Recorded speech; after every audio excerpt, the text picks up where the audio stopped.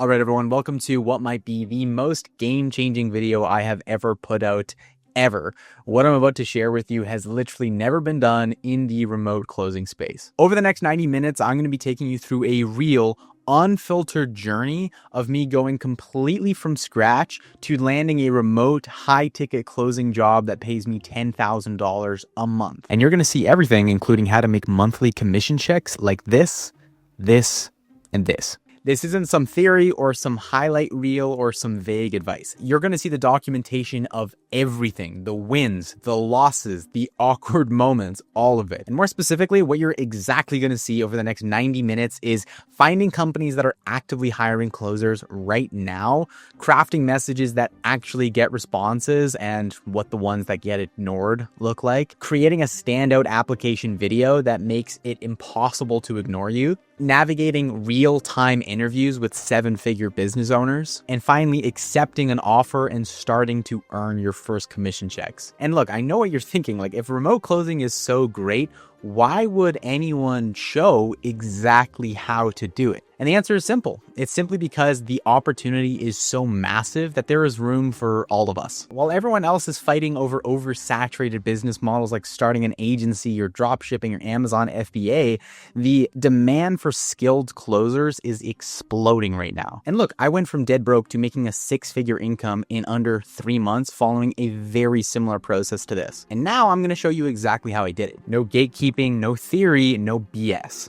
Just the raw, unfiltered journey of what anyone can do to break into the industry. This challenge was really tough, and if you're a longtime subscriber, you might have already seen some of the videos in the past when I did this challenge in September uploading in my channel, but I've made it convenient for you to watch all of the content in here. So without further ado, let's get right into the course. I'm going to use nothing but this laptop to get me a remote closing gig in under 30 days. You see, although I've been remote closing for over 4 years, cash collecting over $500,000 in sales, selling my own offer, I've never actually went through the process of working underneath another company. And although I did work at Closers.io, which is one of the most successful sales and training companies in the world, and I got to interview tons of successful sales reps doing this exact same thing, I always felt a little disconnected. So in an effort to really become one of the gang and truly understand what it is that you guys will go through when you become a remote sales rep, I am going on a 30-day bender of sourcing the best companies, sending hundreds of applications, and attending all the interviews until I get an offer that I am 100% happy with and I will go into. And guess what?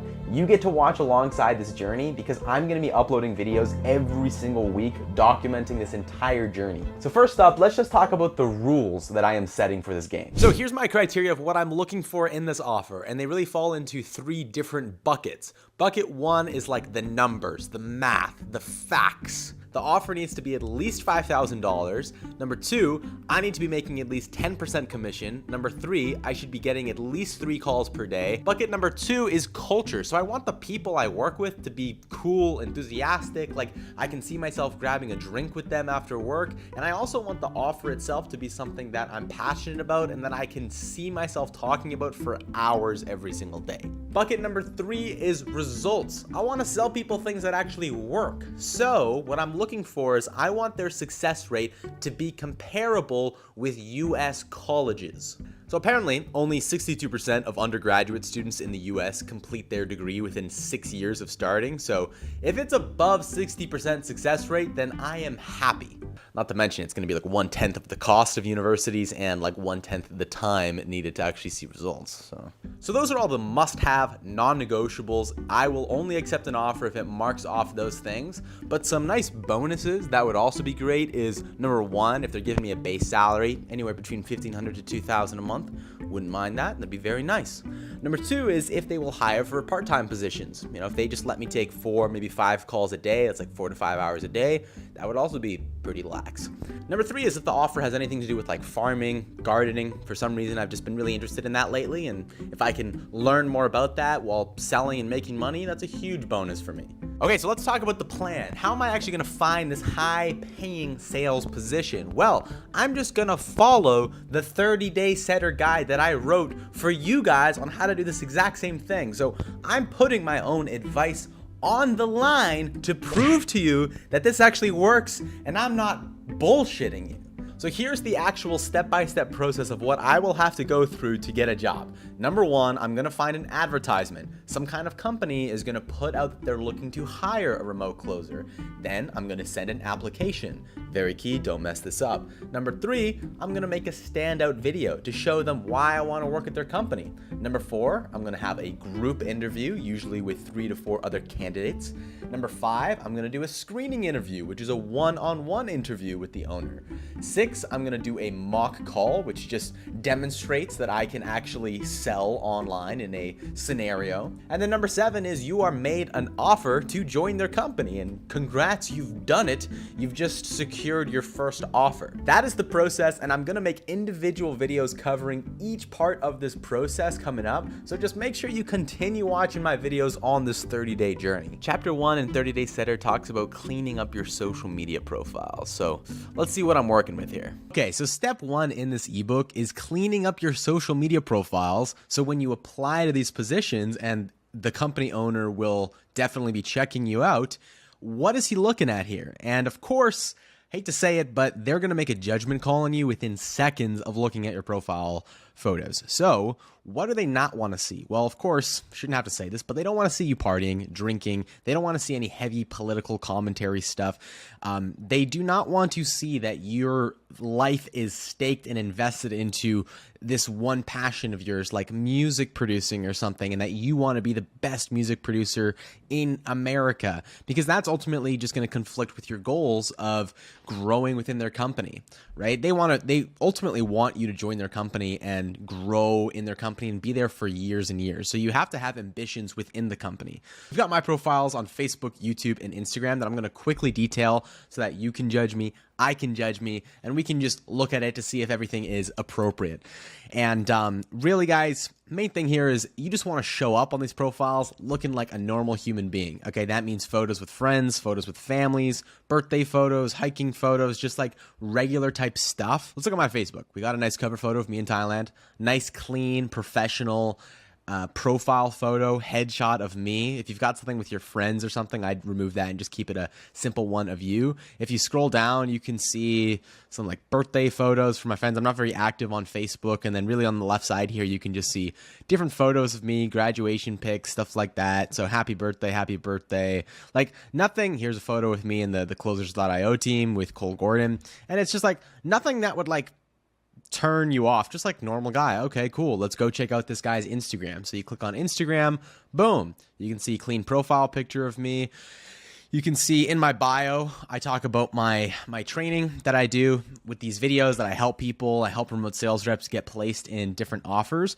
Now, I'm putting myself in a position by putting that in my bios that they're going to ask about that. They're going to be like, yo, so you run this business and you want to be on our offer? Like, that doesn't sound like you're very dedicated to our company, right? And that's probably the only like risk I face when putting this in my profile right now, because of course they're going to ask about that and I'm going to have to explain that. And the way I'm going to explain that is just like, basically like, yeah, I do that on the side. It doesn't take up too much of my time. What I'm really looking to do is be in your company and grow. And this is where my vision lies, and just kind of reassuring them.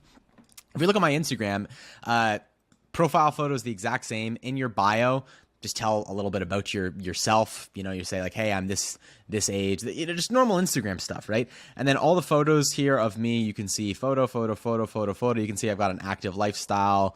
You know, I like to travel. I'm doing some cool stuff. Like, again, just like normal stuff. I'm not doing any like heavy political commentary or anything like that. One thing I do want to share though is a LinkedIn profile, because my LinkedIn, I know, because I don't go on LinkedIn ever.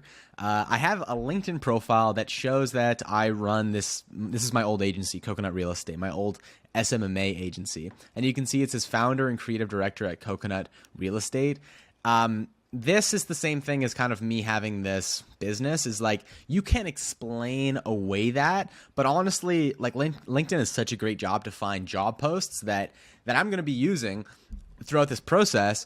I'm going to have to change this. I'm going to have to change this to just, you know, another generic banner photo, and it's just going to say Ethan Eigenfeld, and I'm going to have something in sales here to say like sales representative, appointment setter, high ticket closer kind of thing. Change that. I'll keep this in my experience to show that I did like have this as a part of my journey, and I'm going to tell them like this was a part of me learning sales. But ultimately, yes, I am going to have to change this so they know I'm not actively running any kind of business and that I'm not a founder or director. They don't want business owners on their offer. They want people that are committed to their cause. Next step in the ebook just talks about sourcing opportunities. So inside the ebook, I have 37 different Facebook groups that are either currently hiring sales reps, like they post job applications, or they have these high ticket business owners where you can just like message the owner directly.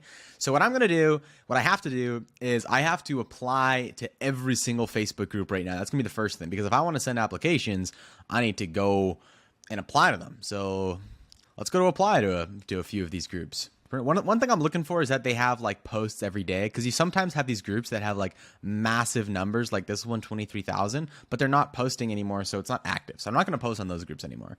Millionaire Mindset, let's join this one. Would you like a copy of our free change secret? Type your email below. I am going to give them a spam email. An email from my old agency that I do not use anymore.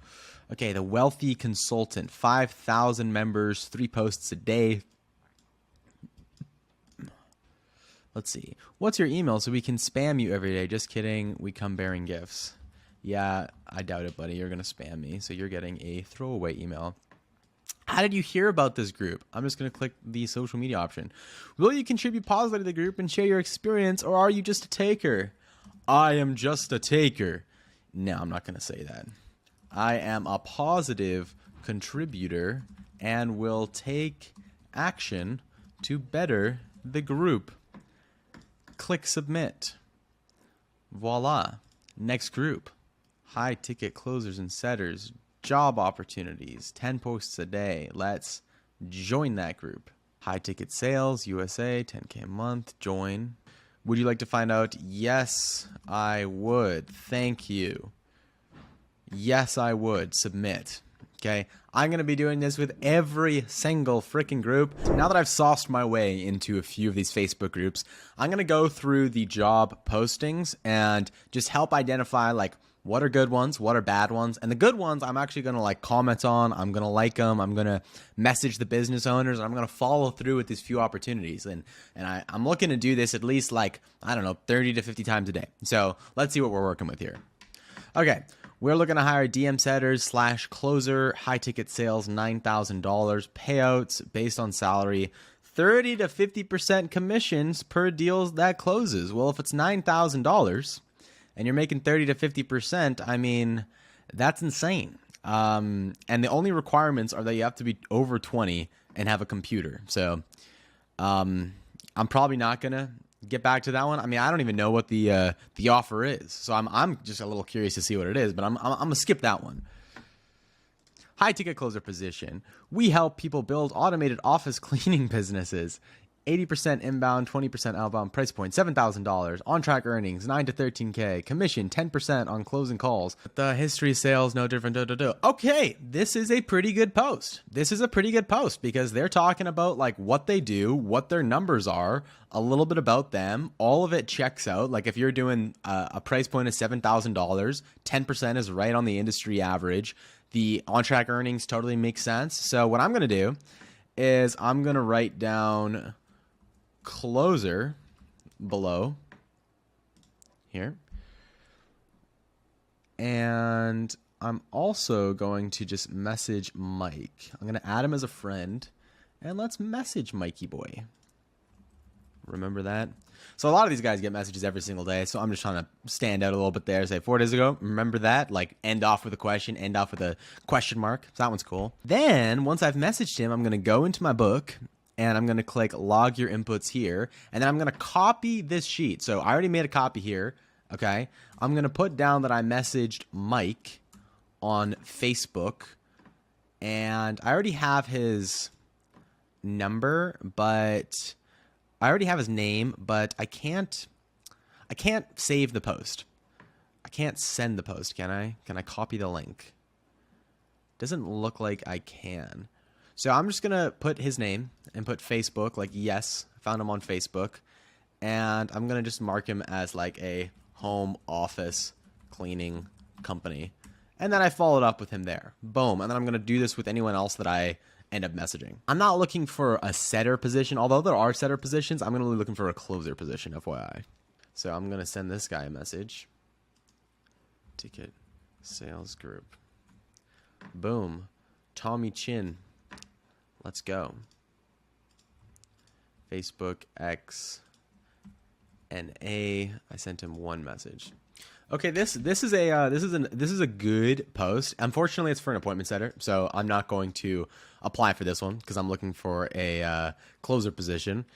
It is $2,000 a month base salary plus 3% commission.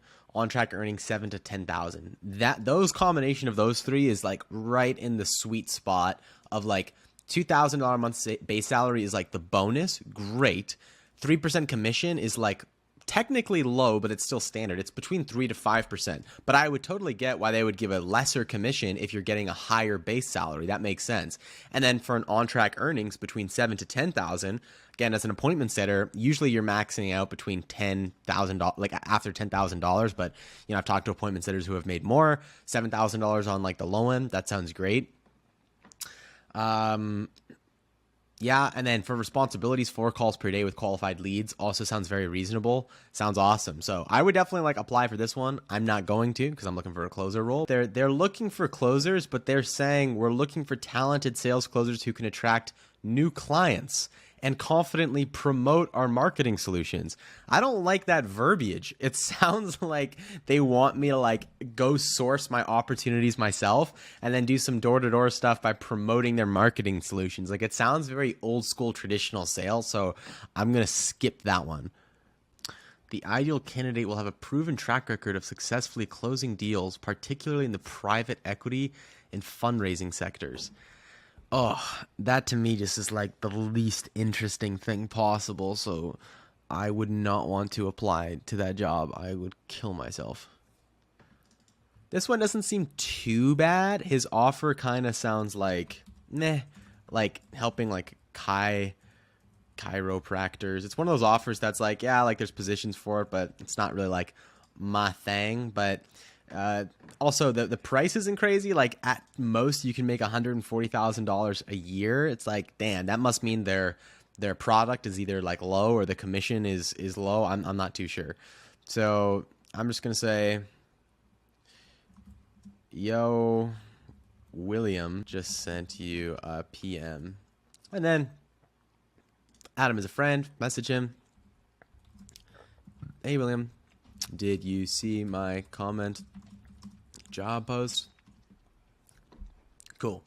I'm going to be breaking down the good job posts, the bad job posts, and the scam job posts that they're just trying to take your money. Okay, now let's talk about good offers that you can find. So this is an offer that I found in one of the Facebook groups that I went ahead and I applied for because it was showing a lot of different green flags. So I just want to read through it with you and showcase like what are the different things in here that I noticed that were just like A-star player things that I want to discover more about. So remote closing dating relationship offer. 13-year-old company is looking for 5 experienced closers to join our team for an offer we've had for over 6 years. So 2 green flags there is that the company's 13 years old, but the offer is something that they've had for over 6 years. You want an offer that's been around for a long time because you want high case studies, success, results, not only to just be able to sell it to the students, but for you just to internally to feel good about what you're selling and like, yeah, like I'm impacting people's lives. I'm changing people's lives. So that makes me feel good. I'm excited. Small red flag or like medium flag is they want 5 closers. Now, the only teams that I've seen that really utilize 5 closers is an offer that's doing like $1 million a month or more. So for them to have 5 closers, it's like, wow, this must be like a massive operation. And if their closing numbers, like if their revenue doesn't match up with the amount of closers on their team, then that's going to be a red flag to me. So I need to write that down for further investigation when I possibly get on an interview with this company.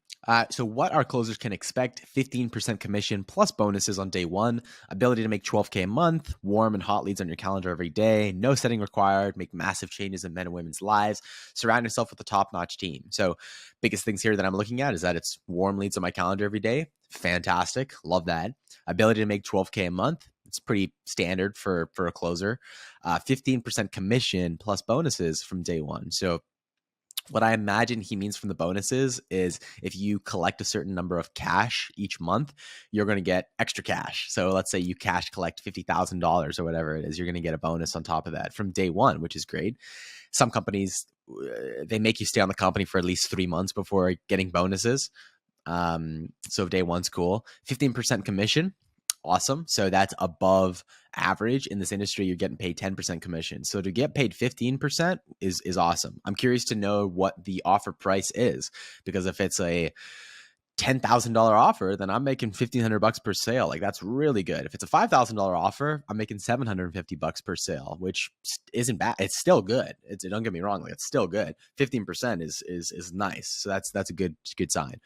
What we expect is previous high ticket closing experience, hungry to make some money and impact lives, coachable, good attitude, hardworking team player, and motivation. Guys, this is everything I tell you they are looking for. Coachable, hungry, hardworking. Like, these are just traits that you don't need to be trained for. These are just how you show up as a person. Real quick, guys, if you want some more information about how to become a remote setter or remote closer, click the link down below to apply to our community of remote sales reps that are earning anywhere from 5 to 30K a month in income. You'll get access to a bunch of different information that'll give you a really high-depth view of what this industry entails and get to connect with a lot of different guys in the same space. So click that link below, and I'll see you on the inside. Previous high-ticket closing experience. So with that, if you don't have experience, you can get in the door in some of these offers just by having trainings under your belt. And what I would recommend is apply to this offer still and see if they have any appointment setter positions opened up. Because seriously, if you have no experience whatsoever in sales, I would not start in this position. I would start as an appointment setter for various reasons I could get into in another call, but I would still apply and just ask if they're hiring other appointment setters. Available at least 30 hours a week to take inbound and warm calls. Cool. 30 hours is nice. It's not even full time. We are looking for 5 closers in the next 10 days to bring onto our team. Comment on this post ready if you're interested, or PM me, or skip the line and fill out the application here. So I'm like, cool. So right away, I clicked on this application and I checked out more about like what they were looking for, what their form was. And inside that form, they had a video explaining more about their offer, the commission, what they're closing at. And to me right there, I got a lot more details about their offer. And I was like, okay, this is a legit opportunity. Let me spend some serious time on this application. So I went ahead and researched a bit more about their company. I went through their application, this link here, and like thought about my answers. I probably spent maybe 15 to 20 minutes sending an app, maybe 15 to 30 minutes sending like a proper application that's very customized to their offer and really positioning myself as the best person. And you can see here, guys, like I was the only one who liked this post, and 3 comments. One of those is me, one of those is a scammer, and then one of those is the author. So like I was really the only one that was taking up this opportunity. This is what I mean when I'm saying like there are more coaches than closers out there. And I was just here to scoop it up. And I think today, even this post does not have any like comments or likes on it or whatever. Like I'm just scooping up these opportunities. Okay, here's another great post that I found by Kelsey O'Neill. So first thing I noticed in this post was there is a cover image with her in the photo. That just right away tells me like this is not a scam, because she's actually assigning her own like image to this post.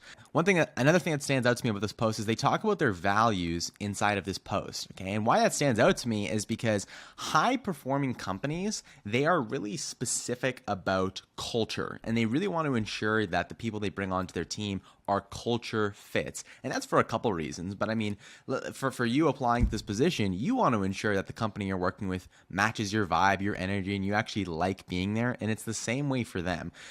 You could be a top performer, but if you're really kind of like an asshole, or you don't fit in with the team, then they're going to cut you because you're not a culture fit. So typically lower level companies don't focus on this stuff. So if they're ever talking about their values, mission statement, stuff like that, then these guys are in a whole nother ballpark.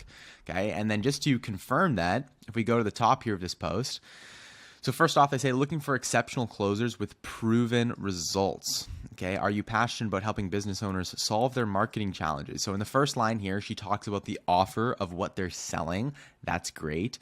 Are you a top performer committed to mastering the art of sales? If you identify as professional and enjoy speaking to decision makers, this role is for you. What's in it for you? Join an elite 7-member sales team driving a multi-7-figure business. Yes, we hit 4 million plus in sales last year. Okay, so that means this company is doing around $350,000 in sales. That's really great.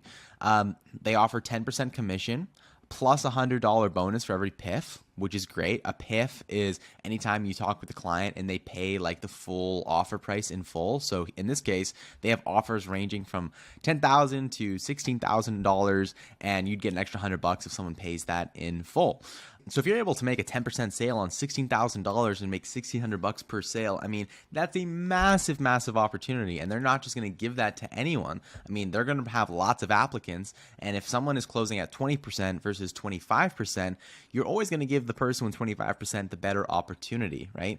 And guys, it's like simply with these opportunities, you can work as a closer in a smaller level company for say 3 to 6 months, selling a $5,000 offer, which is the typical range for beginner closers to get started into. You make $500 per sale, do that for 6 months, and then graduate into a company like this that has a higher ticket sales price. And then literally within like a week, 2 weeks, your income just doubles. Nothing changes. The only thing that changes is the offer price. So what I would do is I would go into an appointment setter role for 6 months, graduate into a closer role for 6 months, and that closer role, you're probably going to be selling a $5,000 product. And then from there, graduate into a closer role where you're selling a $10,000 product, and then keep moving on from there.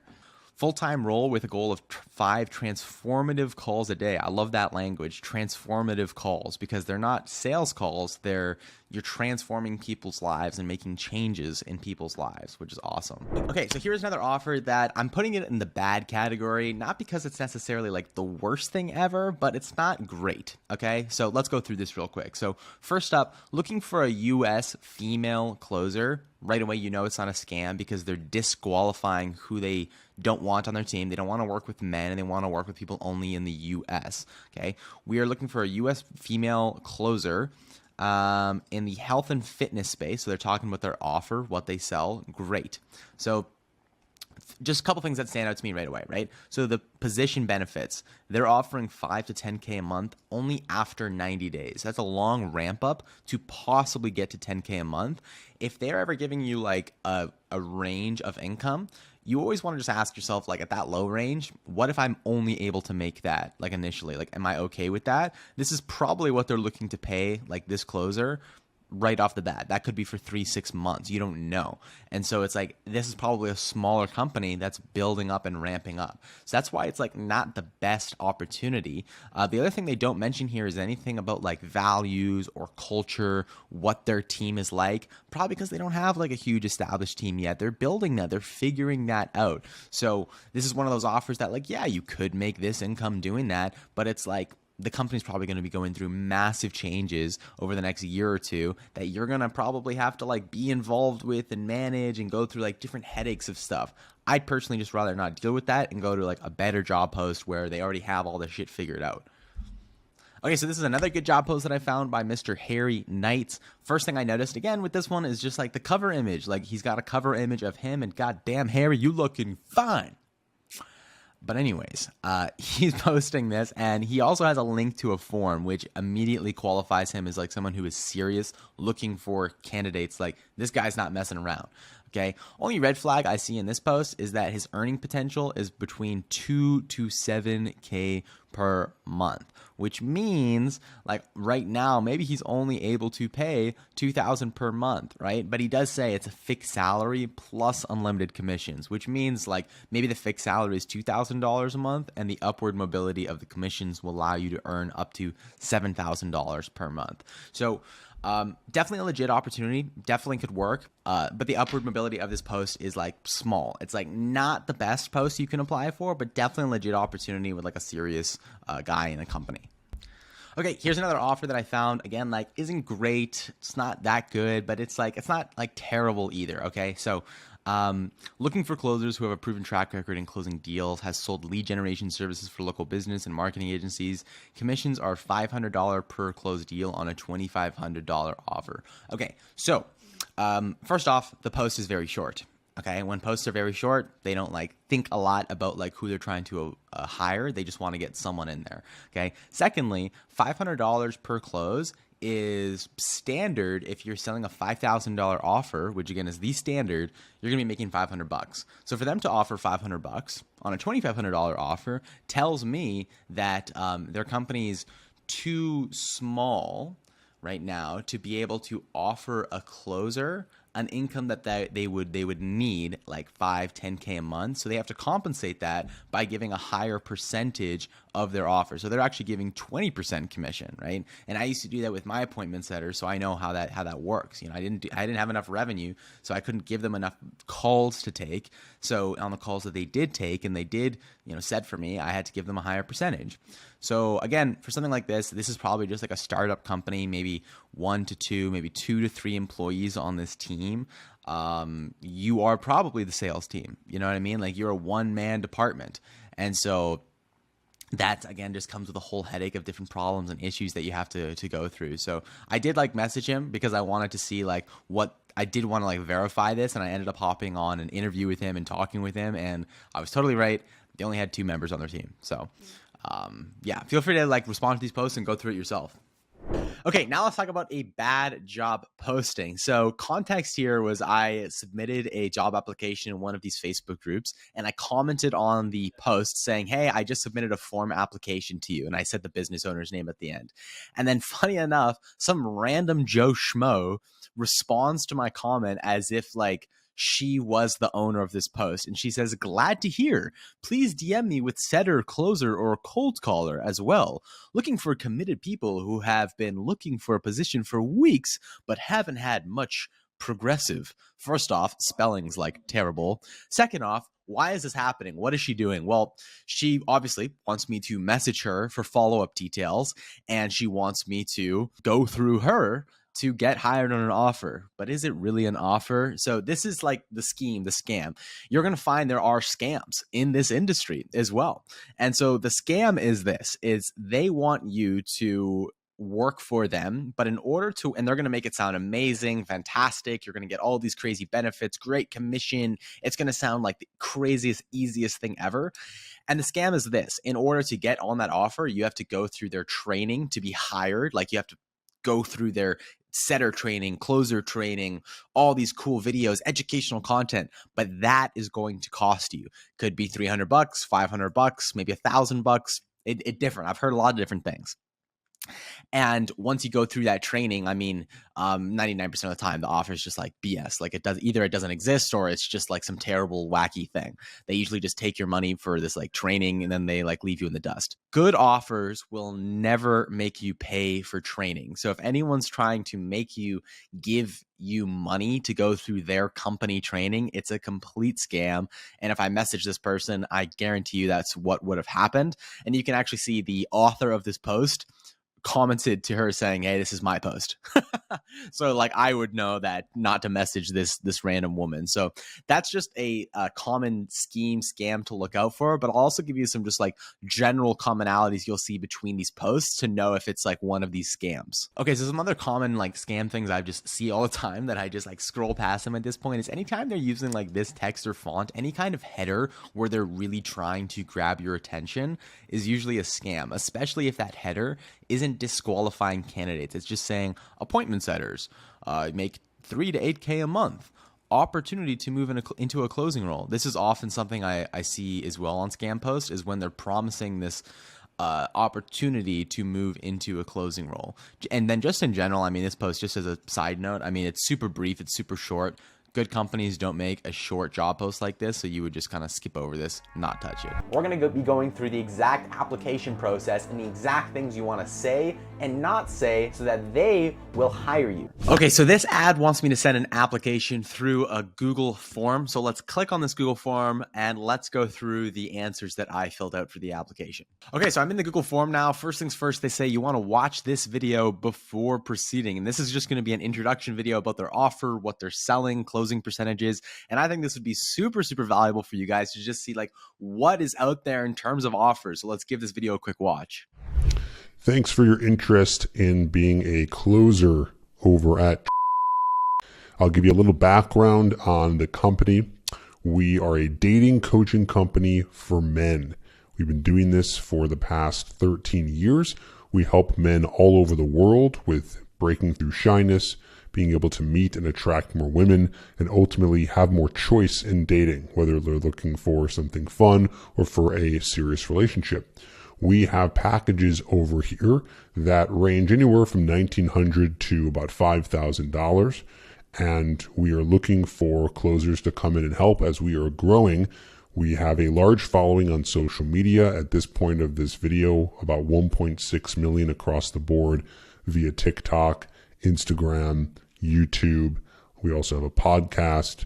So we're all over, and we get a lot of people who are interested in working with us and getting coached. We also have a lot of partnerships across the board with other companies where we do their dating coaching for them and they send us leads. So you'd be closing for us, but under a white label partnership for them as well, which I can go into a little bit more detail. But let's go over what your role looks like. So right now we are trying to get to about 18% of our closing rate. So we're trying to beat that, and we're looking for you to help us do that. We need to make sure that you're doing that as well as having at least a 70% show up rate. We are right now at about 80% for a show up rate. So we need to make sure that you're at least above 70%. So we do need to see that here when you are getting your test calls. Your primary responsibilities, you'll be closing calls. We want to make sure that you are organized as hell. Yes, I am cussing here because I want you to know that if you are not organized and you are not also responsive to us in our project management software, we have to hunt you down. You'll respond for a day, 2 days. It's just not going to be a good fit for you. So you have to be very responsive and you have to be organized. You're going to be going over our full training. We have SOPs. What's cool over here is we also have some trainings on just how to be a better closer. Hopefully you've gone through your own training, but we have that over here as well. So you have to be very organized and understand how to just work software and be able to be a fast learner. And of course, a team player. It's not just about you, but it's about everyone and all of us working together. And most importantly, we're selling coaching packages that are changing guys' lives. And so just know that you're over here. When you're selling a program, you are part of changing a person's life. We've gotten people to the point where they've gotten married, when they've had kids. I mean, you name it, we've been able to really get some great results for guys. Let's talk about the leads for a second. It's various quality. So that means that we are very creative over here at getting leads from different sources. We have different partnerships. We also have a lot of leads coming in due to the fact that we do not have a very intensive application process. We have found over the years, which is contrary to a lot of what other companies do, is that we don't want to have a long application process where we're scaring people away. We want to get on the phone with you. We found out we've actually generated more revenue from taking more calls versus trying to get on with the most high qualified people possible and trying to maintain some sexy closing rate of 70, 80%. We found we made more revenue trying to sell as many people as possible and closing it around 15 to 20%. Obviously, we want to beat that. That's not what we're necessarily happy with. We will be happy with more, but This is not a good position for you if you're looking to come in and think that every call you're going to get is set by a setter, fully qualified. You will get on the phone with people who, may not be a good fit. You might have to follow up with them later. They might be completely broke. We do have options to help people with that, but, you're going to be getting on a lot of calls and you get more opportunities to sell, which in turn is going to make you more money. So that is the lead quality. If you're looking for the most high quality leads for every single call that you get, I don't know many positions that have that unless you've been a closer there for many, many, many years. And even then, this is just not going to be a role for you. However, we pay very well, higher than the standard. We give 15%. You do not have to earn 15%. You get that from day zero. We have bonuses in place. So if you hit a certain amount collected, you will be getting bonuses. And if you are successful and you are a good closer and you're hitting these percentages and beating them, then you are getting at least 10K per month, potentially more depending on, how well you actually do. So we have a program over here that has worked. It works. It's been proven. We are not a new company. So hopefully this is a potential fit for you. Thank you for watching this video. Any other questions that you have, you can always bring up on our interview, and I hope to talk to you soon. Real quick, if you want to skip the line on your remote closing journey and just speed up the process, one of the links in the bio, you can directly book a free 15-minute call with me where I can personally give you advice on what I would do in your situation. So click down below to book that, and I'll talk to you soon. So this is a nice opportunity because they've been around for a long, long time. They've got tons of reviews and case studies already, and their closing rate sucks. It's at 18%, and standard in the industry is between 20 to 30%, but 20% is considered like kind of sucky. So at 18%, they're really not hitting it. Their payments are 15% commission, which is, he's right, above average. So if they're selling a $5,000 offer, you're making $750. I'm in Canada, so that's actually like more like $1,000 per close for me. So overall, all the stuff he's saying is great. Also, his lead sources are coming from YouTube, and they've got over 1 million subscribers. Hell yes, those are the best leads to close out on. Let's write this application to get in so no other closer is taking our position. Did you watch the video above? Yes, I did. First and last name, that's my name. What's your email? Email. Phone number. Phone number. What's your IG or Facebook handle? I just directly put in my handles. Okay, I didn't put any links. I put the handles because he didn't ask for the links, so I put the handles. What's your age? 24. Where are you based? Vancouver, Canada. How many years have you been a sales closer? I've been a sales closer for over 2 years now, around 4 years. So I just put 2+ years. How many hours of sales calls have you done? You can estimate. So I put in 550 sales calls hours, so maybe around 550 calls that I've taken. If I am closing at 20%, then that's around 100 of those calls that I have closed. So that seems like about right. I've seen other people where they put on the applications that they've done like 5,000 hours or 10,000 hours of this kind of stuff. And you do not want to over exaggerate in these instances. Like, you really do not want to over exaggerate. So I put like 550 as a realistic number, but I think you shouldn't really go above like 2,000 hours, maybe 3,000 hours, because then that just seems like crazy high. Do you have formal training? I put yes. If you don't have formal training, it's okay. You can put no. If you don't have experience, I would just like, how many years have you been a sales closer? And you don't have any experience, just say like the lowest under 6 months, of course. If you have formal training, no. If you don't have it, say no. If yes, where did you get trained? I would, if you haven't been trained, but you've been watching YouTube videos or stuff, I would just say like, yes, I have training. Where did you get trained? And just put anything that you've been reading or watching. So you can put my YouTube channel in here. You can put different programs that have been for free that you've gone through, different books that you've been reading. You don't want to make this answer like a paragraph type thing. Just give him the exact names of things. If he doesn't know the names, that's on him. That's all right. He just wants to see that you've got some kind of training under your belt and you're not coming in here with like nothing. Okay, so these are all like the basic questions that you can't do much about. But then after here is really the main questions that he's going to be looking for, which is, what's your biggest strength as a closer? What's your biggest weakness as a closer? What do you enjoy about being a closer? Why do you want to work for this company? So, what is your biggest strength as a closer? I wrote down my ability to listen to the prospect and be curious about them. I found that when the prospect does 80% of the talking and I'm just the person to nudge/challenge their beliefs throughout the call, it's a massive strength. I was born asking why, and it extends into all my conversations extremely naturally. I want to get a full picture of their life for my own sake. So this is me just painting the picture that like I was born this way, where I like asking questions. Now, there are certain characteristics and traits that makes for a good closer. One of those things is the ability to listen. One of those things is the ability to ask questions. One of those things is the ability to find out problems. Okay. So if you can communicate any of those things in there, that like you just have this natural ability to do any one of those three things, then that's going to go a long way in this application. So I personally just touched on the ability, like I like to listen and I like to ask why. I like to ask questions. Like those are traits that make up for a good closer. So you want to mention that.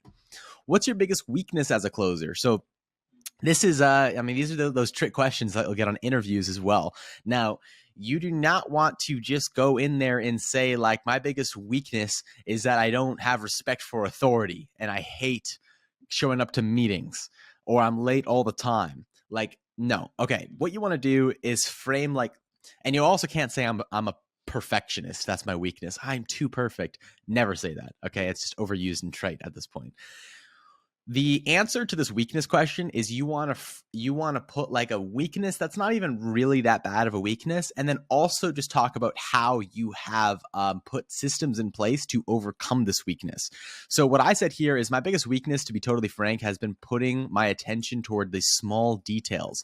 And then I kind of be a little vulnerable here and share some mistakes I've made in the past, which they're definitely looking for. They want you to admit to faults and negatives in your life. Like, how honest is this person?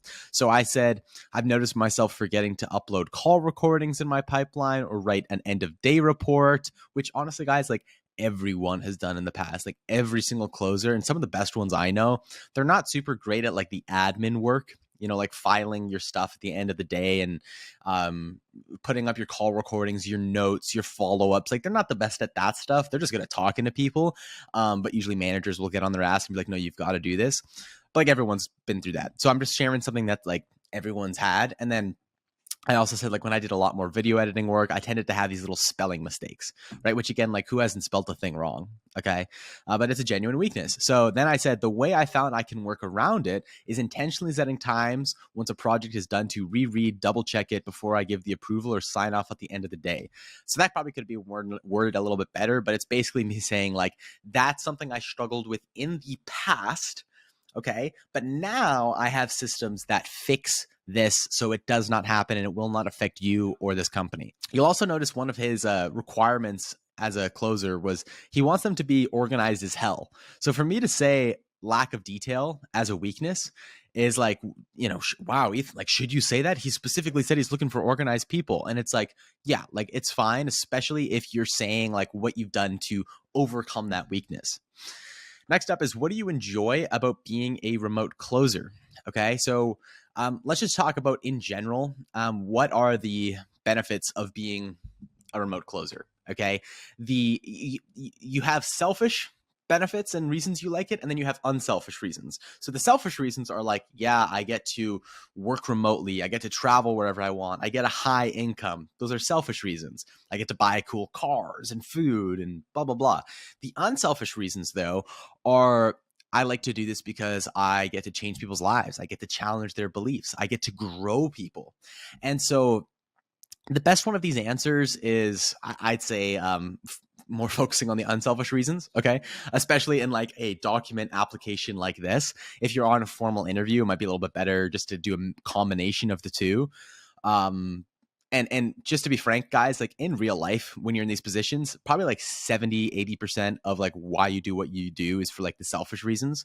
And like 20 or 30% is like the unselfish reasons, you know, in most cases. And that's fine to like understand and know. But in these kinds of contexts, you want to push for the unselfish reason. So in this case, I said, I enjoy talking to people all day and challenging people's beliefs. I'm fascinated with the idea that we all have these core beliefs we never question that hold us back from accomplishing our dreams. To me, to be the person that gets to bring that to light and possibly make a permanent change is unbelievably fulfilling to me. So a few keywords in here is like challenging people's beliefs, which is a role of a closer. I like doing that, and the best closers challenge people's beliefs. If you haven't read a book called The Challenger Sale, highly recommend that. YouTube bio below. I also say fulfilling. This is a position that is fulfilling to me. Why is it fulfilling? Because I get to help people accomplish their life dreams, right? You want to, in some sense, like share why it's fulfilling and have like a good reason. You can't just say, oh, it's fulfilling to me because I get to make a lot of good money, right? Like this is a genuine reason why it's fulfilling to me, right? It genuinely changes people's lives. And this is all true, right? It's all true. So I put that in here. Are you open to feedback? Of course, you want to say yes. A big thing these guys are looking for is how coachable are you? How coachable are you is a big part of it. I know when you're applying to some offers and you have like tons of experience in the offers and the world in which you are applying to. Let's say you're a real estate agent selling a real estate investing offer, whatever it might be. That can definitely be a bonus for you. But a lot of the times the business owner is like, shit, like I have to like coach this person on all our new stuff, and they have to unlearn all this old traditional BS stuff. So in my application right here, why do I want to work for I've kind of got some history with relationships and getting better in that field, but I'm letting them know like in my video application here that I'm open to coaching. I'm open to learning more, even though I know a decent amount about relationships at this point. I want to learn and grow and expand my knowledge. That is beautiful. You want to say that. You want to communicate that. When I was 13 years old, entering high school, I was the fat, chubby kid with a rack of braces on my teeth. I got no attention from women whatsoever and developed some pretty bad habits to cope with it. That I had to learn to break over time. At 20, I switched my dating life around by hiring a coach. And even though it wasn't, it was life-changing for me. And I will advocate for anyone struggling with their dating life to put some money into it, which is like, cool. There you go. I didn't actually like technically hire a coach, by the way. I like just invested a shit ton of time into coaching videos and products on my relationship, but it's like the same kind of core message I'm trying to say. So why do you want to work for like this company? You've got to relate your answer back to your story of where you're at in your life right now and where you're trying to go. Like, how do you see this fitting into your vision? So for me, my whole life story has led me to this offer. Like my past history has led me to here where I am today. But if you're just starting your journey or your life, this is the start of your story. So you want to say more like, if it's a real estate investing offer, like I 100% see myself being a real estate mogul in like 10, 20 years. And I'm going to be damn well sure putting my money into something like this offer as soon as I have the funds to do so. And I believe it more than anything else. And so I'm saving up my money to buy real estate. You know what I mean? So it's like, that's if you're future pacing your life and you're using their offer as like a leverage point to get there. Whereas in this case, I'm saying like, I want to work in your offer because my past relates to your life. And it's led me to this point where I'm more secure and confident in my relationships and I believe in it. And I want to have the same change in men's lives that I had in my life when I was 20 years old. So it's just, you want some congruency with your story. Next up is please link a recording of a sales call. Doesn't matter if it was closed or not. I mean, do a call that closed, ideally, or one where your just cadence is on the ball and you're really following a script. So I linked your $3,000 close that I made on Wednesday, which was like the day before this, which is pretty funny. It's like, hey, I'm closing 24/7, which is definitely a bonus. If you don't have this, what I would do is I would record a mock call with a friend. Don't let them know it's a mock call. Just link a call where you have like a 15-minute back and forth with a friend where you're setting an appointment with them and you're going through the whole mock call process, which I have videos on that you can watch of how to record that, what to say, what not to say, that kind of thing. So record that, make sure it's like fantastic, and then link it in here. Can you work in USA time zones? Yes. What's your calendar availability to take calls? We're looking for someone to give us a minimum 5 days per week, 8 hours per day. We would accept part-time only if that part-time work is Saturdays and Sundays for 6 to 8 hours each day. You want to be as open and flexible as possible. So what I'm saying is I'm available to work full-time or part-time hours, but would prefer to work part-time, less calls, but take calls every single day of the week. And I'm not just saying like, Like, I'm not saying, but take calls 7 days a week. Like I'm phrasing it as if it's like, guys, I'm willing to take calls every single day of the week. Like, I would prefer part-time, but like I'm going for it. I'm going to take calls every single day of the week, right? You don't got to make a long answer for this, but you do want to be flexible and open to like, hey, like I'm open to whatever, right? Even if your schedule doesn't allow for it right now type thing, like you just want to be very open and communicate, like I'll make it work, right? Because realistically, I mean, you got a job right now, whatever, it's not paying you so well. If you got this job and you're wanting to put like all your chips, marbles into it, like, yeah, you're going to be willing to hand in your 2 weeks notice at your job as soon as this job's paying you out money. Maybe you got to take a week vacation from that job to make this work. Whatever it is, you got to make this dream come true. You got to make this a reality. You got to get hired in this company, and that's going to take some flexibility on your end to get hired. So I knew this guy who I was coaching on how to get this offer. And within like 2 weeks, this guy was on an offer. But as soon as he got in the offer, he like was basically requesting time off. Like in the first week, he's like, yo, I can't work like all these days because I got personal matters to take care of, which I totally get. People have situations, stuff comes up, you got to deal with it. But in like the first week to just say like, hey, I can't work, it's like, come on, man. Like, why are you even here, right? Are you really like dedicated to this? Like, you cannot do that. If you're going up on an offer, the first week, 2 weeks, really the first month, you've got to just be putting everything to the side and putting all your energy into this and show you're an A player that's willing to show, like you want to show the best side to you. So little tangent there, but that's what your availability should be. What's the soonest date you can start taking calls? I would make that sooner rather than later. Like if you're sending this on a Wednesday, you should make this like the Friday, like the end of the week sort of thing. Or like within 2 days of you sending this application. So today's like the 5th. I'm saying like, yo, I can take calls on the 7th. Like, let's go. Like, I'm ready to go like right now. You don't want to make this say like tomorrow because you need some time to like do the training, watch the videos. Usually a training period is like a week, but still, if you're like, I only need 3 days, I only need 2 days, that shows some urgency and some like drive and passion. Like, yo, I'll go through the training right away and then let's hop on calls. Let's go. So you want to have the sweet spot, 2 to 3 days. Why should I hire you over any other closer? So this is a really great question because he wants you to sell him in an application. So what's the best way to sell on a sales call? It's using logic and emotion, right? Numbers and feelings. And so it's really hard to incite feelings over messages if you're not even like talking to them, you don't know anything about their situation. So I just went the logic route and the numbers route. So what I said was, you should hire me as a closer because I will take your closing rate from 18% to 30% over the next year, right? So I'm referencing what they're currently closing at, showing that I've researched the company. On your $5,000 offer at 5 calls per day, 6 days a week, we're talking about a production of $180,000 versus $105,000. By the end of the year, I would have made you an extra $900,000. And that's just on my sales calls alone. Imagine I transfer over that closing percentage to other members on your team, right? Because they're hiring other closers. So now I'm saying like, yo, I'm going to make you an extra $900K by the end of the year. Plus, if you've got 5 other closers, they're each going to make $900K more every year too. So dude, I'm basically going to make you a millionaire. So like, let's do this. And I might even like add that. So let's do this, like something like that, where you're showing like some kind of cheeky line at the end there. Like, what are we talking about here? Like, I'm obviously like the best guy for this. Like, let's freaking do this. And then finally, if you'd like to introduce yourself, please link a screen share Loom below. Now, I linked my Loom, which you can see in another video, a whole breakdown of what this Loom is, because this Loom, guys, is so important. This is essentially the part in the process where you're submitting your 1-minute standout video. And guys, I'll tell you, like, I used to get hundreds of applications to work in my agency, and sometimes I would just scroll to the very bottom of this document and see if they linked a Loom video or not.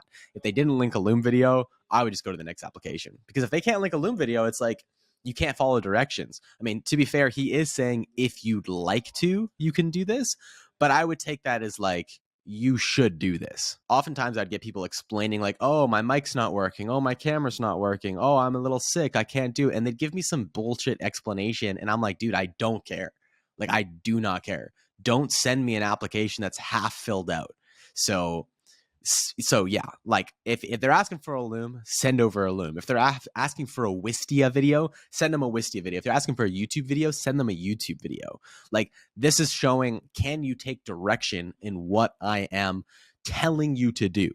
And anything other than yes, you're not going to get on the team. So I sent them a loom video. It was like 3 minutes breaking down who I am, why I like their offer, how I found their offer, why I think it's a good fit, what I'm looking for, how I think I can help them. And I'm asking for a quick like screening interview where I can talk with them.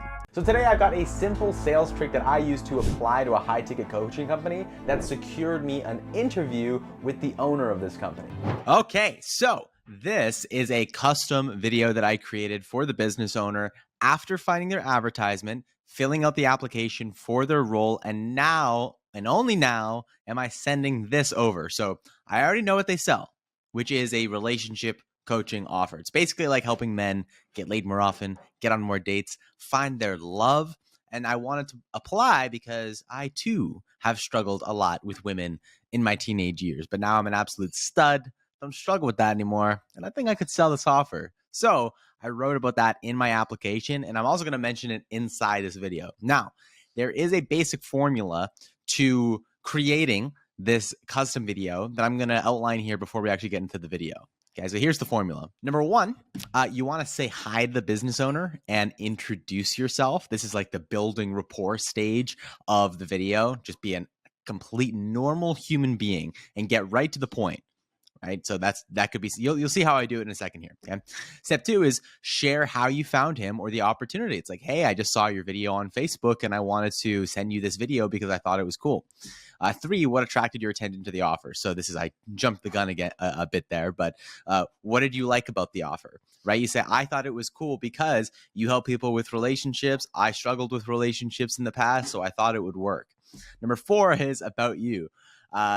What brought you to where you are today, traits about you, and how you will help the company. So this is more or less specific to like your career transition right now, like what brings you to wanting to do something like remote closing right now at this point. So I believe in my offer, in this example video that I'm going to share with you, I just let them know like, hey, I've been doing sales videos and sales stuff for the last like 6 years, and I'm really looking to sink my teeth into an offer and just get more practice, that kind of thing.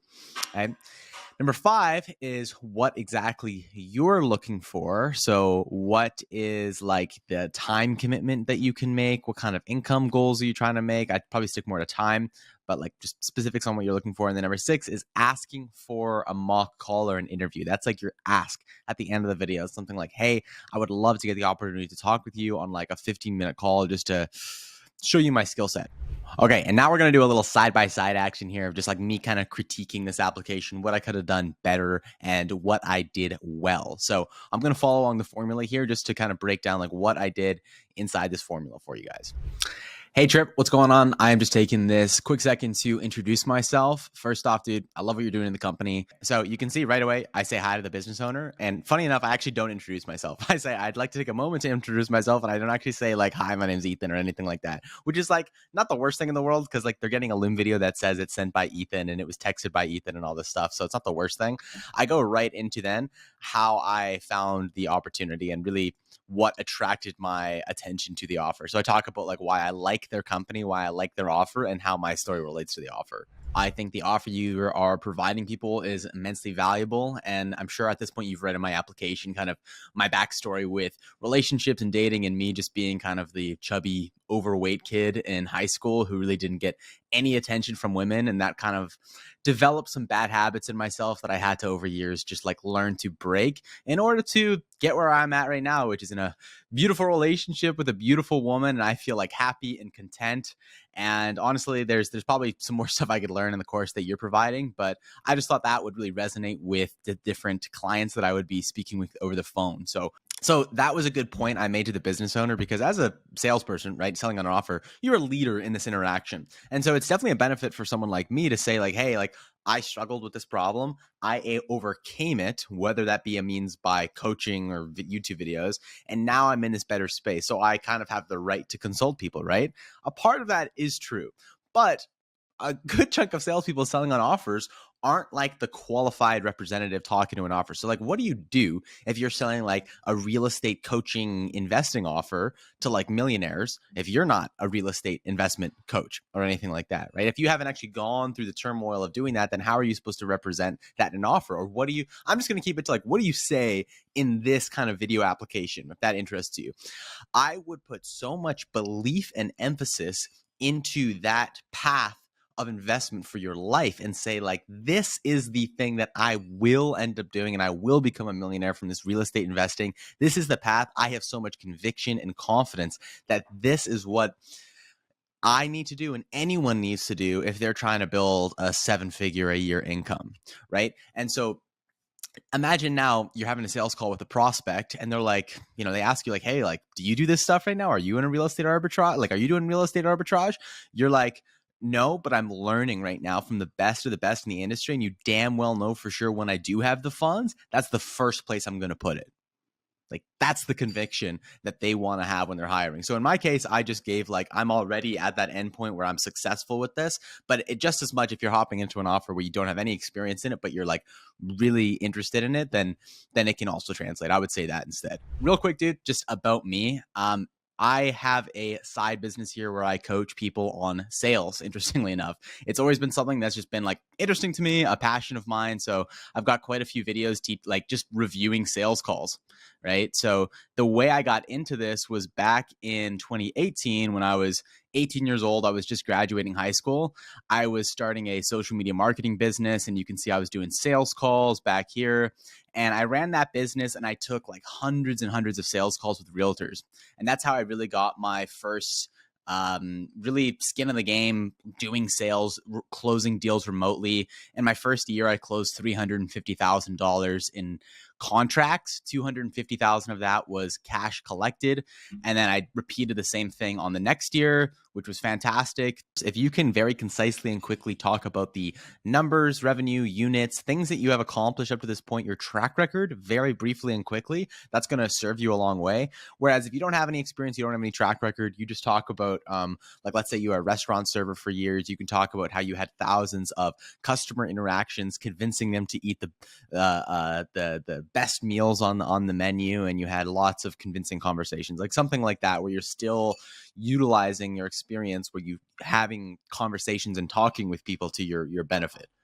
And then after that, I was recruited onto Cole Gordon's Closers.io, his RCA team. I was on his marketing team for a year, and I was just like helping make content that recruited other people onto the program. And I went through the entire sales training and learned a bunch of stuff. And then when I went through that sales training, I figured like, wow, this is awesome. Like, let me teach other people how they can learn sales and get into it. So the reason I mentioned that is because that's more credibility towards me. I'm mentioning a highly reputable sales company that I went through training for. So if you've ever purchased training, whether that's from me or another company, you want to mention that on these applications, that I have paid or spent extensive hours on training up to this point. That's kind of what got me into making these videos over the past year, which has been totally easy for me, like not a hustle. It's been more of like just a straight passion, like interesting, fun thing for me. It doesn't feel hard at all. So I probably could have cut that, but the reason why I said that is because like I don't want this to be like a detriment to my application. I don't want him to think like, oh, he's got this like business and he's not going to want to work with me long term. He's got his own thing. I said that just to make him alleviated, like, hey, I've been doing this for years and it's just been something on the side, like no problem, like I could take it or leave it. Like I kind of wanted to frame it in that way. And then as you can see here, I go into what am I looking for. So right now I go into like hours of like, what ideally am I looking to do part-time, full-time, that kind of thing. And so one of the things I mentioned on my application is that like I could come on board in a full-time or part-time capacity, just because I'm not super stressed for cash right now with just this coming in. This is not really like a full-time thing for me right now, but it's bringing in the cash. With that being said, I'd probably prefer part-time, but I would be open on my calendar to work 7 days a week.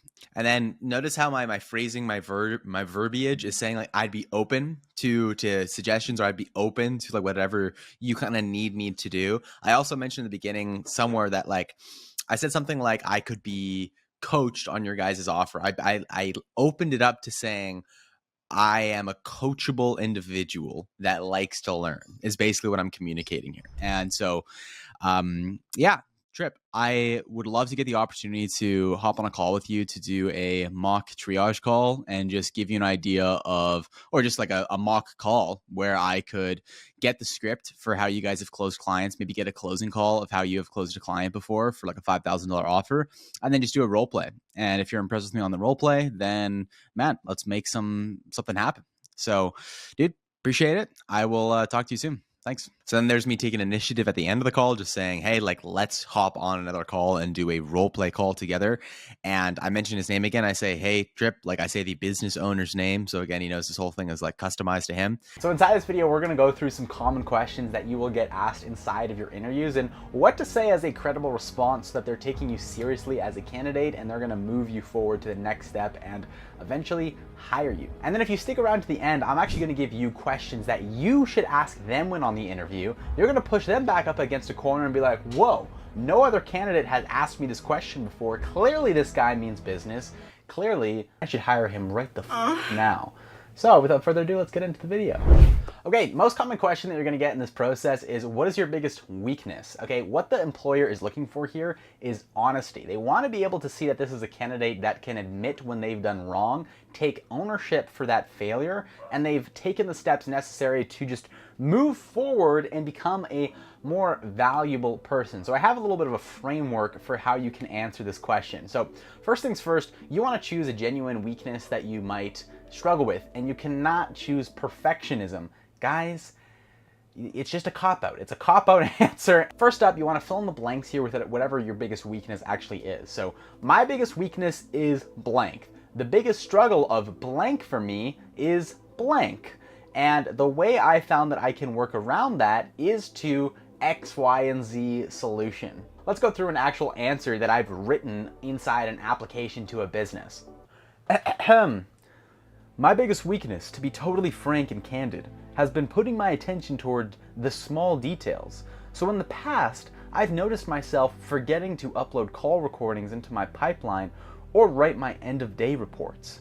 The way I found I can work around that is intentionally setting times once a project is done to reread, double check before I do an end of day approval or sign off for the day. And with that being said, even though I've found ways to work through this weakness, my innate ability to focus on the big picture is actually a superpower that will help grow your business, because in sales calls, I'm zoomed out to the big situation of their life and I'm not so much in the tiny details. On top of that, if I were to enter a company like yours, I'd naturally be looking big picture. How can I take what you're doing now in sales and grow this exponentially over the next year? What are the little things that will make an impact? So although on a micro scale, my weakness has been a wall to climb over, on a macro scale, I think I can be super valuable to your company. Another common question that you get asked in this process is just the reverse of the weakness is your strength. You know, what do you say for your strength? And really, you want to choose one of the following closer traits on the screen right now and go into that as a strength. So you want to be able to choose something like listening, being emotionally intelligent, asking good questions, being curious, thinking big picture, right? These sorts of traits in a closer, companies want to hire for because that is what's ultimately going to have you succeed in this role. So my biggest strength is really just my innate ability to be curious. I was the type of kid who always grew up asking why, and I always sought to understand why things work the way they did. And so when I have a sales call with a person and they have a problem that they're really struggling with, I really try to dig in deep to understand why this is happening. And once I understand why, and I help them understand why, I can really make an easy transformation for them to onboard them onto new products and services that are going to help them excel in their life. Another common question you get is, what is your long-term vision for the company? So there's two ways you can go about answering this. Now, it should be obvious that your long-term vision should be, working with this company and making money with the company and growing alongside the company. That's what these guys want. However, if you really have a long-term vision where you see this business being able to help you grow onto your next thing, let's say that, you're joining some kind of real estate investing company and 10 years from now you want to own a lot of real estate properties, well, you can let them know, like, I see myself working at this company for at least 10 years, learning everything, soaking it up, helping you guys make more money, and eventually down the road I'd like to start my own real estate property acquisition business and grow that long term. Right? And that's going to let them know, like, okay, like, your goals for your future align with our goals for the company. And being here for, 5-10 years is really going to allow us to, quote unquote, get the most juice out of the squeeze for you as a employee. Now let's get into the question that everyone dreads being asked, is what kind of experience do you have? Okay. And people tend to think like you can't get jobs unless you have like some kind of degree or certification. I wonder why that is, college. But in a sales world, there is no official college or degree platform that you can get certified and then start working in sales positions. So the only thing that these business owners can go off of is your word to them and your actual like on the call ability to talk to them and show off, your pizzazz and your style and like who you are kind of deal. And so with all that being said, like, you can get this position having zero experience. It's all about how you present yourself. I mean, look at Frank Abagnale. He got a job as a freaking surgeon and a lawyer when he had absolutely no qualifications. It's just about how you present yourself. So how can you present yourself in this case? Well, before I give you kind of an answer, I'll let you know, like, I have gotten various jobs in my life that I was completely unqualified for. And I didn't end up staying there long, maybe 3 or 4 months, but they gave me the job and the opportunity because I had so much conviction letting them know that I was going to make them a lot of money and I was going to work hard for their cause. So in this case, I would say something like, yeah, thank you for the question. I have invested extensive hours and money into sales training programs.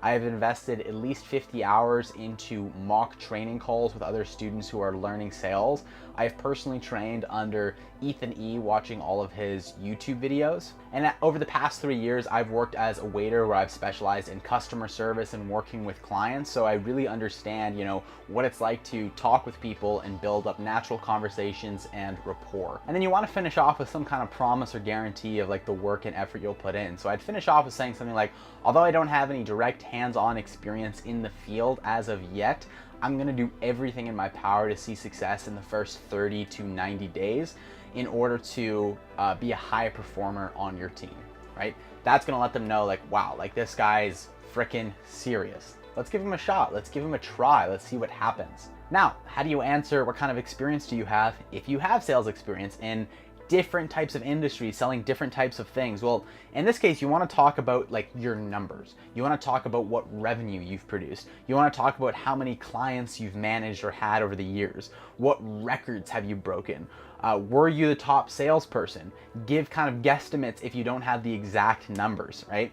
And so you can condense that all very quickly. I mean, these guys aren't looking for like 3, 4, 5 minute answers. I mean, 30 seconds to 60 seconds tops. Just letting them know, like, yeah, I was the top salesman selling farm equipment with over $3.2 million in sales. When I joined that company, they were only doing $3 million a year in revenue, and I helped grow them up to $6 million in revenue. I then graduated up from that company selling digital marketing services, and I managed and sold around 10 to 15 new clients every month. And I repeated that month after month for 24 months. And now I'm looking to transition my career into something that is more flexible and aligned with my long-term goals of whatever they're selling, of fitness and health and management of the heart, soul, and body. And they're gonna be like, wow. Right? Boom. Another common question that you're going to get asked is, why do you want to be a closer, or why do you want to be an appointment setter? And so there's 2 parts to answering this that you want to include. You want to include the selfish reasons you want to do this, as well as the unselfish reasons. So the unselfish reasons, you'd start off your response with this and you'd say, I want to be a closer because I've always had a fascination with people's limiting mindsets and their beliefs. And I find that when I'm able to step in a role where I can understand what's holding them back and then challenge those beliefs to help them improve their life significantly, to me, that is the most fulfilling job. Perfect, right? And then you add on to that your selfish reasons. You tack that onto the end. So you'd say something like, in addition to that, I'd really like to be able to make enough money to support myself and my partner so that my partner doesn't have to work. And I see this as being an opportunity that I'll be able to do that if I'm able to hit my on-track earnings that you've posted in your ad. So there you go. Now they have your motivations for why you're doing what you're doing, and you've aligned your kind of goals and reasons for doing this with their on-track earnings of like what you can possibly get paid in this position. So that just kind of seems like a win-win that the business owner's like, wow, he just told me his story and I want to be a part of his story. I want to help him achieve this thing for his partner. That's going to make me feel good. And guys, people want other people to feel good in general. Like human beings, I believe, are good people. So they want to help you. So if you can bring them into your story, fantastic. Okay, now let's switch over to the questions that you should be asking the business owner. And so the questions only fall into 3 different buckets. Bucket 1 is the magnitude of the opportunity. What are the numbers? What are the facts? What is the revenue? What's actually going on behind the scenes here? Bucket number 2 is culture. What kind of team is this? Do I want to be in this environment? And then bucket number 3 is results. Like what kind of results are they actually getting for their clients? Are they just scamming people in like a phone cell company halfway across the world? Or are they actually changing people's lives? I'm going to give you just a few questions you can ask the business owner that'll make you stand out. So question number 1, what is your top sales rep producing? Okay, what has he been producing for the last 3 months? Okay, that's going to give you an idea of the revenue he's producing, the cash collection he's producing, the commission he's producing, and you can know like if he's top dog, I'm probably not going to be making what he's making for a little bit. And so if he's not making a good amount of money, then you can skip over the offer. Question number 2 is how long have you guys, existed? How long has this offer been live? Generally, if an offer's been live for less than a year, it's too new for them to have their systems in place and things running smoothly. So I'd skip out on that offer. What's been your revenue over the last 3 months? Again, that's going to tell you the magnitude of the opportunity. If something's below $100,000 a month, you gotta want to skip that opportunity. Another great question is how do you generate leads? Okay, am I dialing numbers off like the cold call phone book, or you guys have some kind of like famous Instagram page where people are sending in their information all the time? Like, how are you actually collecting these leads? And another follow-up question to that is like, what's the lead flow? What's the numbers here? How many leads am I dealing with on a monthly basis if you're a setter? How many appointments am I dealing with on a monthly basis if you're a closer? Let's go on to bucket number 2, which is company culture. Great question for this is like, well, why do you like working here? What's your favorite part about working here? What is this team like? What's the kind of inside joke that your guys' team has that like you have to kind of be in the know to understand and know? What you're looking for here is just like a fit and a match if you're gonna fit inside this company. Because yeah, you can make really great money and you can probably sacrifice, your happiness for a year because you hate the team members, but eventually you're gonna burn out and fade. So I just try to look for a company culture that's like fun and enthusiastic, but also like high performers who really are achievers in all aspects of their life, not just in sales, but in their fitness and in their relationships. And of course, that's going to motivate me and make me feel great. And then final bucket is just client results. So a great question you can ask here is what percentage of your clients are succeeding? And I set a personal note here, which is if it's below 65%, I won't touch it. If it's above 65%, then great, we've got the green light.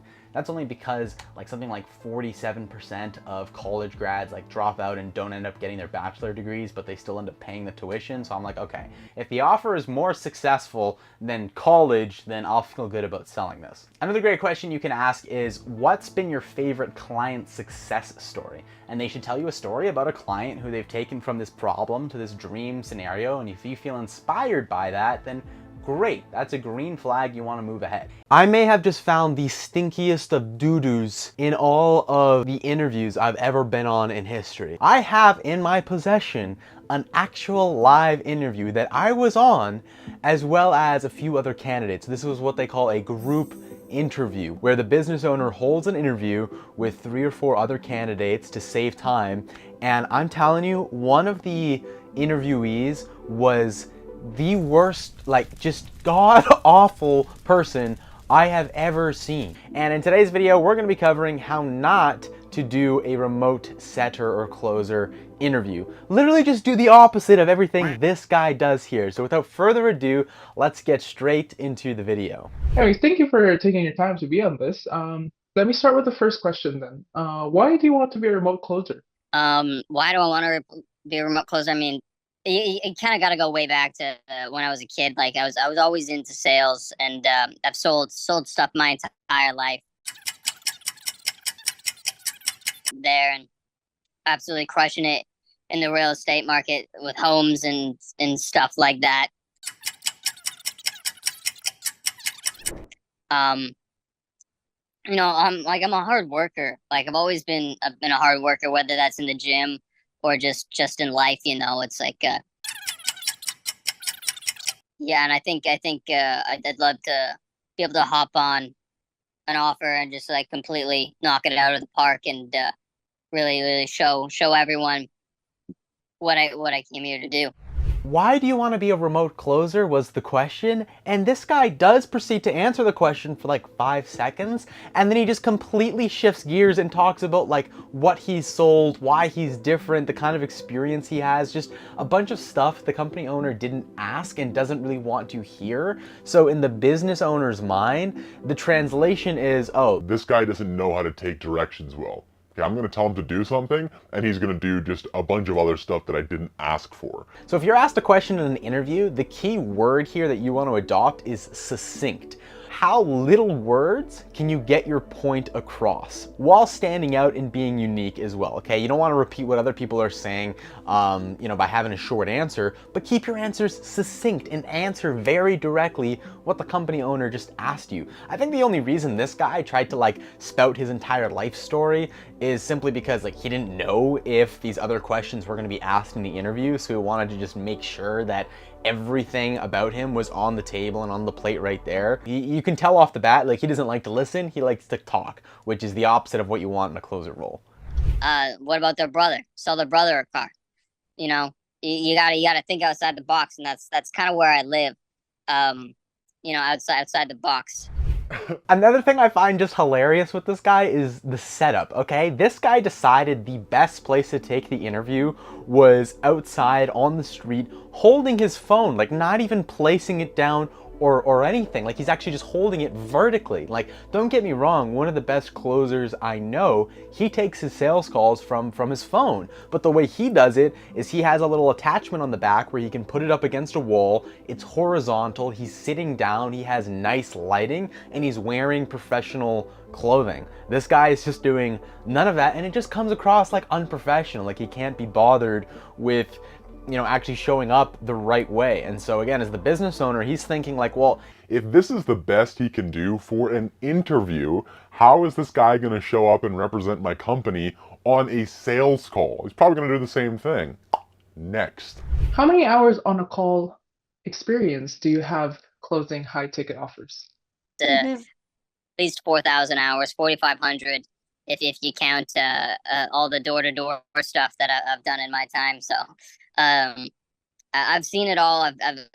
I feel like I've seen every kind of person that you could talk to. I was talking to this one lady this one time when I was selling cars, and she was just like was not interested in buying a car. Lo and behold, 2 weeks later, I sell 2 of her family members' cars. It's like I find an angle, and I think even if the angle is not in that person. What? Bro, what are you talking about, man?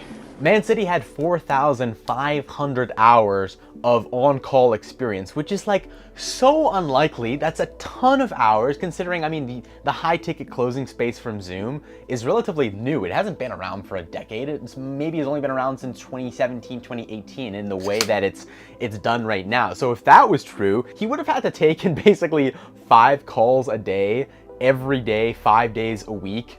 Assuming each call was at least an hour long, and he would have had to do that back to back for 4 years straight with no vacations. We also have to assume there's no drop in lead flow, and all 5 calls every single day show up. So it's just very unlikely, and the business owner's probably thinking this Guy's just exaggerating his numbers. I said I had around 550 hours just from high ticket sales calls over Zoom, because if I'm closing out on, say, on the low end 20% of that, I've probably closed about 110 deals over Zoom. And so that sounds like right-ish to me, and like reasonable, totally reasonable. So that's what I put as my number. Now, just a side note, the majority of those hours on calls that I were taking were on my own offer, so I was getting more commission out of that, more money out of that. I don't think I would have been able to just like live the kind of lifestyle I wanted to live if those were just like, if I was just taking 10% of that. So I mentioned that as well on the call. But like I've been working on offers like this relationship-based things for like a long time, and I was on one previously a little while ago where I eventually transitioned into more of a coaching role on that offer, coaching and kind of helping manage the teams there. Okay, there's a key distinction here that I gotta mention here, is that this guy said that he worked as a coach on another offer, not as a closer, but as a coach, which means if you're going to coach people on another offer, you have to really know their philosophy, their systems, their way of being. And so if you are transitioning from that into this, you might be watching this video thinking, oh, that's great, like he's got experience selling something or coaching something similar. But what's actually going on in the mind of the business owner is, He just said that this guy's gonna need extra training time. Oh crap, this guy's got years of experience learning the wrong things, and I'm gonna have to unteach him all this like false stuff or bad stuff that the competitors are doing that's not what I'm doing. My stuff is very different, my philosophy is different. so yeah, just in general, the business owner doesn't like that because you're gonna have to unlearn a bunch of old habits. Now, if you do have some kind of like experience that's similar in another field, it's just really, really important that on the interview you mention, if you are going to say that, which I think you should, but it's so important, you have to tack on. Although I did sell in this industry previously, I'm extremely open to coaching and new ways of learning so that I can adopt my process to fit your guys' model of teaching and educating your clients. Anyone else have a question? Hello? I think it's working. Yeah, no, I got you. Yeah, so before we jump off here, I just wanted to see, I know we're talking about a closing position. I eventually transitioned into more of a coaching role on that offer, coaching. How long do you think it would take to get into an opportunity like that with this business?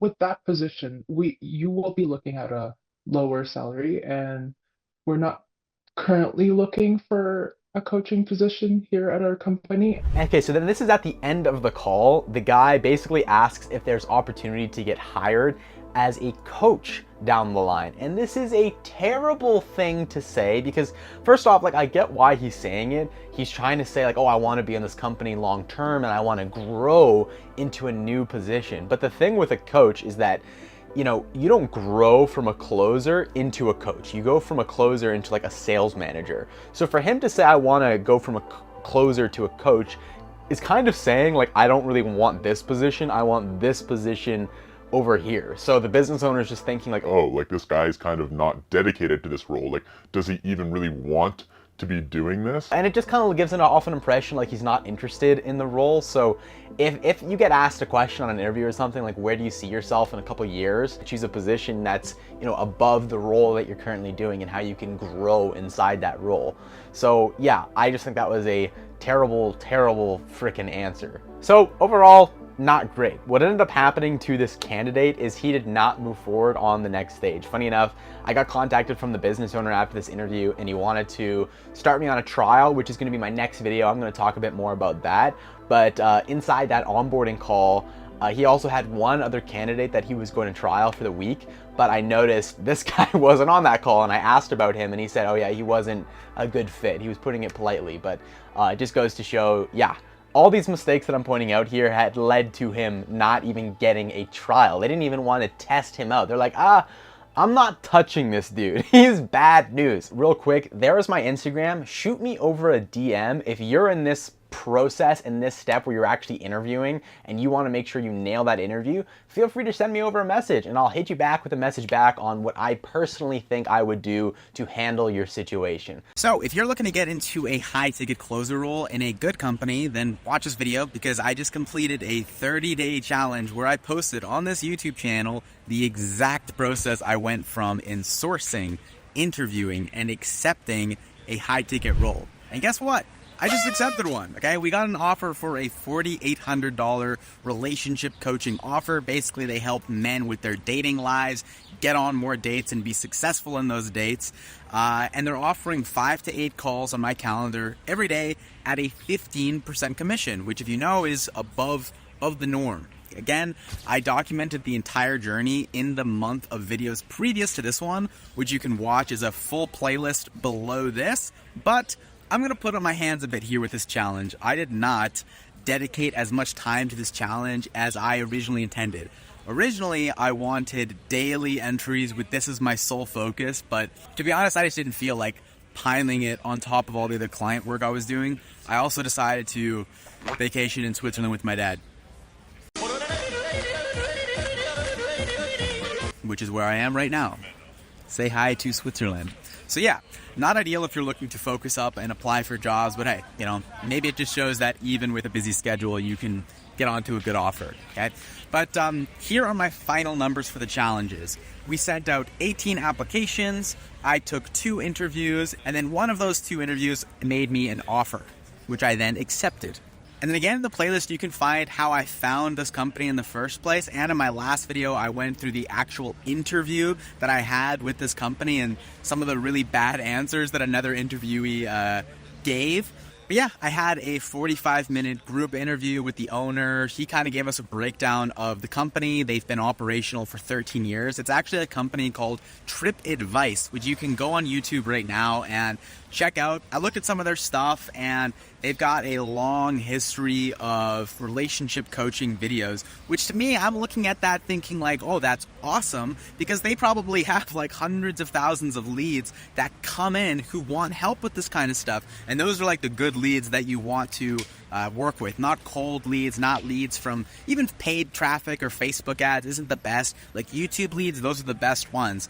And on top of that, just from my personal kind of history, I really got into kind of pickup culture, like dating women sort of thing. It's kind of like another version of sales in a way. It's like you're selling yourself, but to women. I got big into that when I was like 20. So I figured like I could talk on that a lot easier to the prospects on this offer. The only issue with this offer that I then came to find out about a week in the role was the reason why they were offering 15% commission instead of 10% was because it was a hybrid role of a closer and a setter role. So typically setters in the space get paid 5% commission and closers get 10% commission. So you're getting paid both those roles, 10% for closing, 5% for setting. Now, yeah, when I actually went in here, I saw like the leads did come in on my calendar and they were booked, but I was responsible for reaching out to every one of those leads and dialing them for a quick triage call to ensure that they were going to show up to the appointment too. I had to do manual follow-up, text them, email them. So it was a lot more time intensive, which for some people is like great. They would take that, no problem. I mean, these are leads that are still coming in from YouTube, so they were really like somewhat qualified, but it was just a lot more time intensive than I was expecting. So after a week of that offer, I talked with the owner. I told him, hey, this isn't really what I was looking for, but you know, thanks for the opportunity. And I actually said to him some other closers that I know that, you know, I've trained and I've gone through my program, Clash of Closers. And so, yeah, I kind of left it from there. So this was the 30-day setter journey. And just as a precursor to the future kind of update is I'm going to relaunch this journey. I'm expecting a couple months from now down the road when I have more time to dedicate towards this, because I think it's awesome. It's pretty fun. It makes for good content. And, you know, it's like I said, it's fun. It's fun to do. And so I think in a couple months from now, I'll relaunch this so I can really show you the daily processes of every single thing you have to do to get on a job with no experience, no connections, no nothing. Get on a good company offer that's going to be paying you anywhere from $5,000 to $15,000 a month. Most likely more near like the $7,000 range if you are like a complete beginner. But yeah, thank you for watching, guys. I appreciate all of the support that I've been getting on my videos lately. I've been seeing a lot more Instagram messages from people and a lot more comments on my YouTube that have been positive, and I just want to say thank you guys, because this is been a really good time for me. I mean, this business has allowed me to go to Switzerland with my dad and have like these really cool experiences, and it's something that I wouldn't have if I wasn't making YouTube videos, and it's a blessing, and it's just amazing. So by the way, guys, I have lots of other applications that I have left over that I'm posting inside of our group Clash of Closers. So these are active jobs with companies that are looking to hire closers. So what I'd recommend if you're searching is hop into that program, Clash of Closers. It's only $47 a month to join. Insane value for what I'm giving in there. I hope you guys are grateful for all the damn content I throw, the exclusive goodies. So thank you very much, guys. We're here in Switzerland.